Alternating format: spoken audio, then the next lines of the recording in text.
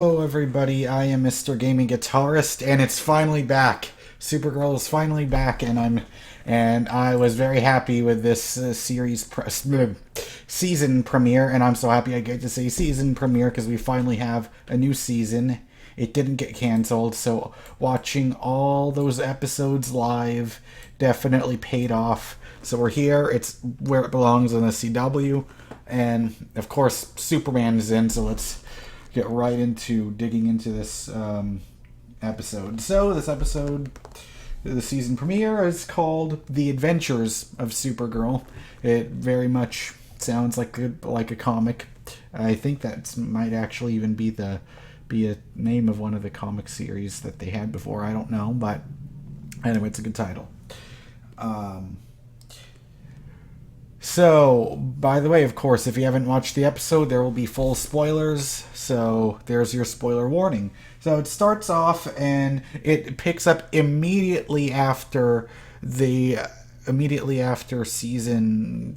1 finale, where you got to see Supergirl and Martian Manhunter find this pod. And one thing I do like is you actually got to see an action sequence of them putting the pod, finding the pod and saving it while it's crashing. So that was a nice little action sequence we got to watch.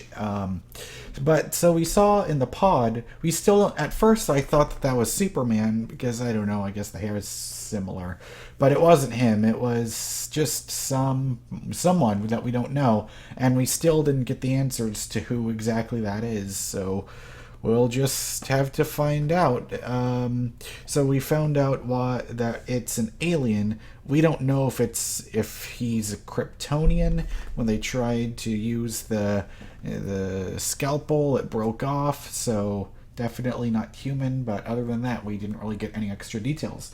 But anyways, one thing that I do like a lot is we got Cat Grant back. So there were lots of rumors saying, "Oh, is she going to be in here? Is she not?" We don't know. I heard that she's not going to be on as often, but it is nice to see her again in the premiere, and she still continues to constantly make me laugh. Like when she was talking to Karen saying, "How many hours of sleep did you get?" And then she said, "I only sleep for 2 hours. Sleeping is for slackers." That was good. So next, we talk about. So Kara still hasn't really decided at this point in the episode what she's going to be yet, but she says, "Oh, I want to be a marketer." But then Kat just shuts that down and says, "That's the worst pitch I've ever heard," or something like that. I just Calista Flockhart is so good in this show. It's fun. It's just great. So next we get to see this spaceship called the Venture launching, and that is when we finally see, for the first time on television, we get Superman. For the first time since Smallville doesn't count, okay? Because Smallville, I didn't watch Smallville, but I know enough to know that he only showed up for like 10 seconds in the costume at the end. That doesn't count. So I'm glad we get Superman on television again. Now, I don't know exactly how this is going to play out, because it's like, what's the point? Because I don't know, it's kind of like, if Superman is there all the time, then what's the point? I mean, like, I just hope that Superman's presence on the show doesn't undermine Supergirl at all, because this show is called Supergirl for a reason, and it's a show about Supergirl. So I hope that having Clark and Superman on there, I just hope that it doesn't overshadow actually having our main title character. So that's just what I hope for, because hey, we all love Superman, but we came to this show because it's about Supergirl and we want to know more about her. So that's just my pitch. But anyway, I thought that Tyler Hoechlin, I don't know how you say his last name. I thought he was great. Like he looks and sounds and acts exactly how you think Superman should act, and I'm glad that he's not depressed all the time, like fucking Henry Cavill's Superman. And that's not to say, and that's not a dig against Henry Cavill, because I think Henry Cavill's great in the movies.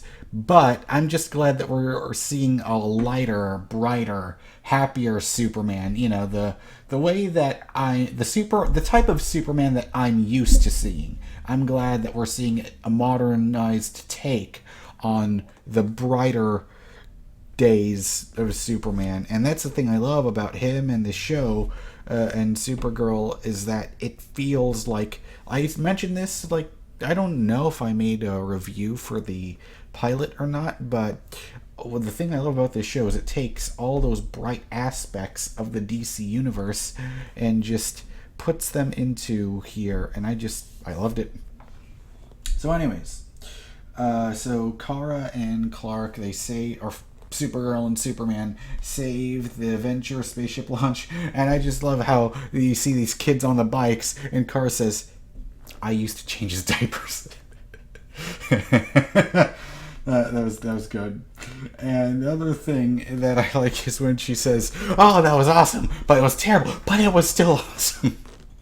It's just great. I have to stop saying great. I need a thesaurus.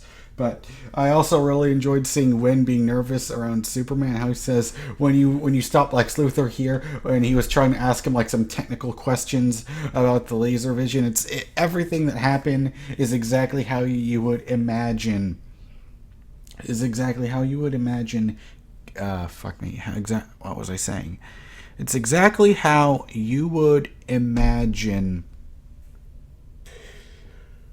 when to act around Superman. Him being so excited and nervous on the edge of shitting his pants. So the other thing is, it looked like, for a little bit, it looked like Kat was flirting with Clark. It's like, I didn't know that she liked him, or kind of liked him in that way, or something like that. And I liked how she asked him, how's Lois? And then he says, well, Lois and I are fine. And then she said, oh, so she bounces you and Superman. Ah, how modern. It makes me wonder, though, because, they had references to Lois before. Are they going to bring her into the show as well? I don't know. It would be nice to see. So next up, all right, so we get introduced in this episode to Lena Luthor, who is Lex's sister, and we didn't know that Lex was... I didn't know Lex had a sister. I don't know if that's canon. I'm pretty sure it was in the comics at some point or another. So hey, they tried to get Lex as they tried to make it, really felt like they were making Maxwell Lord be the Lex Luthor of the series back in season 1, and now in season 2 they're making, so now it's like, we can't get Lex, but we can get his sister. I guess it's because the reason why they don't want to show Lex Luthor is because I'm guarantee you, if they do end up putting Lex Luthor in Supergirl, he's going to be loved so much more than Jesse Eisenberg's Lex that they're going to be begging to put him in the movies. I don't know. That's just my theory, because the less about Jesse Eisenberg's Lex, the better. Anyways, so Clark and Kara were talking after meeting up with her, and we find out that Kara's having struggles about balancing between being Kara and being Supergirl. But I really like the talk that her and Clark had, and Clark just tells her it's not easy being Clark and Superman, but he tells her being Kara is just as important as being Supergirl, so it's really going to be good to see her. And I like that, and I really also like that when that her and James are having problems, like, and it's kind of fucked up, honestly, to me, that they spent the whole season building up this relationship between, like, building up the building up the relationship between James and Kara, and so after they're officially together by the season finale, when it ends, like immediately they're saying, "Oh fuck it, let's just be friends." I mean, I don't want to sound nitpicking here because I loved this episode. Don't get me wrong, but please don't go dwell on this will they or won't they bullshit.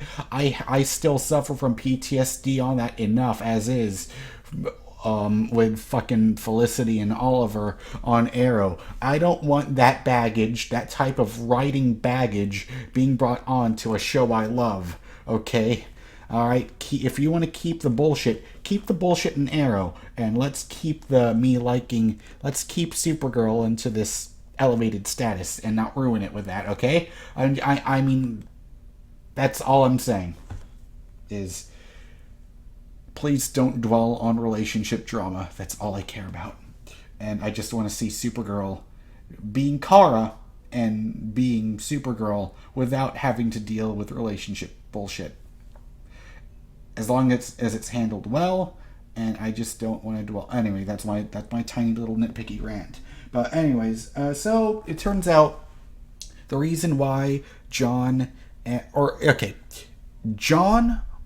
Jean, because it's J''ONN,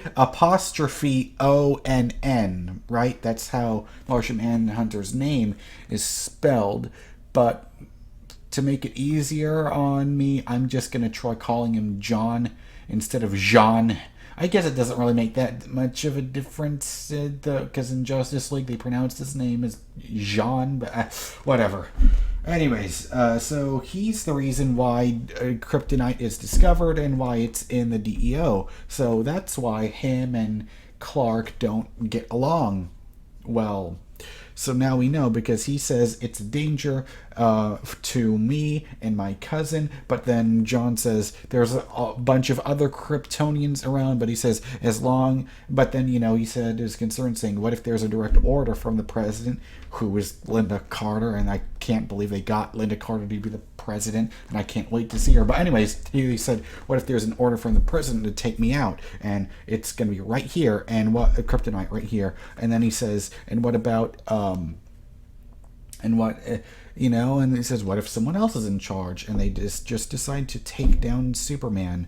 And so he says, as long as Kryptonite resources are embedded into the DEO, I do not want to be a part of it. And it's definitely an agreeable position. I can see his concerns there, but at the same time, there's a bunch of other Kryptonians running around, so that makes sense too, why they still have. But I really hope that we get to see Superman and Martian Manhunter together. I really want to see that, because, come on. Because who wouldn't want to see that? I hope that they can try to get along. It seems like they are getting along more. Anyways, it would be nice to see. So later on we find out that Lena was the target in the Vulture Venture. The fuck? It was called the Venture. Okay. I have to look at my notes here. So we get to see. So it turns out, that Lena wants to do some good. She wants to get rid of the stigma of her last name being Luthor by renaming her company as L Corp. But then when Clark and Kara were there talking to her, they tell her, this event will put a target on your back, and she says, eh. But then, of course, we see these drones, who is piloted by John Corbin, who we all know is gonna be Metallo. And I'm so glad we're getting a big villain like Metallo to be in Supergirl, because, he's a pretty dominant, he's not in the top. Would he be in the Superman's top 5 villains? I think he would be, so I'm glad we're seeing Metallo in Supergirl. But for now, it seems like he was hired by Lex to kill his sister, which is a pretty fucked up thing of Lex to do, because why would anyone just kill their sibling like that? I don't know. But, so he's got these drones, and I really enjoyed the action scene with Superman and Supergirl pushing, holding the building up, and him holding on while Supergirl grabs the thing to help structure it, keep it together. And I really like the fight sequence between Alex and Corbin. I thought that was really well done. And but that's the thing too. If there were any nitpicks, any bad things I had to say about it, it didn't really seem like Alex had a whole lot to do. Like, of course, we know Alex is great. She's done lots of great scenes. I know Kyler Lee's a great actress, so we'll just have to. I mean, I guess they were so focused on having Superman on the show. Well, she'll definitely have some moments to shine this season. I can see it, but I wished we could have seen a little bit more of Alex. But it's okay. We'll definitely. I know we'll see more of her in the future. More of a spotlight on her. Anyways, but yeah. So what happened was, Lena ended up shooting Corbin, and we got to see him at the end.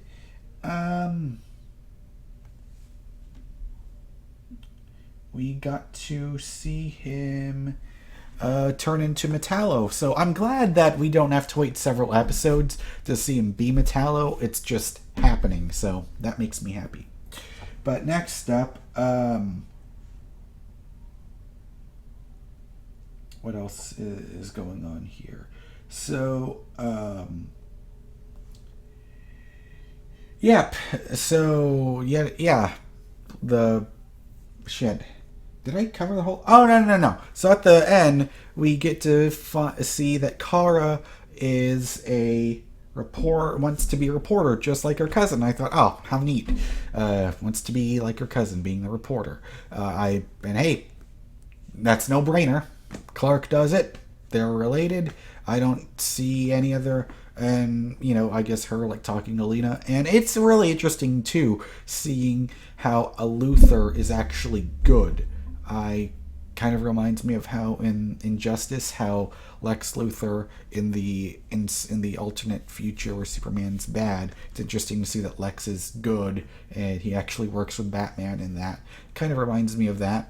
So we'll definitely have to see how she gets developed in the future. But anyways, I'm really glad to see Kara being a reporter now. And it's funny how Kat just had reporter written on Kara's resume and application, just in all big letters. And the one thing I like is that other talk that Kat told Kara, where she just says, you just have to keep on diving and keep taking the plunge, because it's not because you being the Flash, you being because you're comfortable being Kara, being the assistant, and because you don't know what it's going to be like, and it's going to be tough, so you just have to jump right in and do it to keep moving forward. And that's a good speech, that's good advice for anyone. So that was a good scene, I thought. So next up, yeah, that's it pretty much. So yeah, nothing else to talk about. I thought everything about this was solid. I was happy. I really enjoyed watching it. I thought since it was moving to the CW and there was, I think, a lower budget, you can't really tell there's a lower budget. Production seems to be, the quality of the show hasn't taken a dip at all. And why would you think that because your show's on the CW, there would be lower quality? This is where we have The Flash and Legends of Tomorrow. So, and Arrow. Sure, but if you want to talk about lower quality CW, I guess we would talk about Arrow in that light, but hopefully it improves. Anyway, yeah, so those were my thoughts on this episode, on this season 2 premiere of Supergirl. I hope that I wasn't too rambling on too much, but But yeah, that's all I gotta say. So thank you so much for watching my review. And hey, if you're new to the channel, please subscribe so you don't miss out on my future episode reviews of Supergirl and my other reviews of The Flash, Arrow, Legends of Tomorrow, and I will also be I'm going to be reviewing the season finale of *Halt and Catch Fire*, which will be airing tomorrow. So don't miss out on those, and you can also watch me on the N4G TV podcast, on the N4G TV YouTube channel, and you can also support me on Patreon, and you can also listen to my EP, War of the Insides, which I'm proud of. 3 songs. It's in a playlist, my channel, where you can find it there. Anyways, those are all my plugs at the end. Thanks for sticking around to watch my review. If you even watched it, made it this far, if I didn't scare you away, and if you didn't think I was terrible. Anyways, I'll see you next time. Goodbye.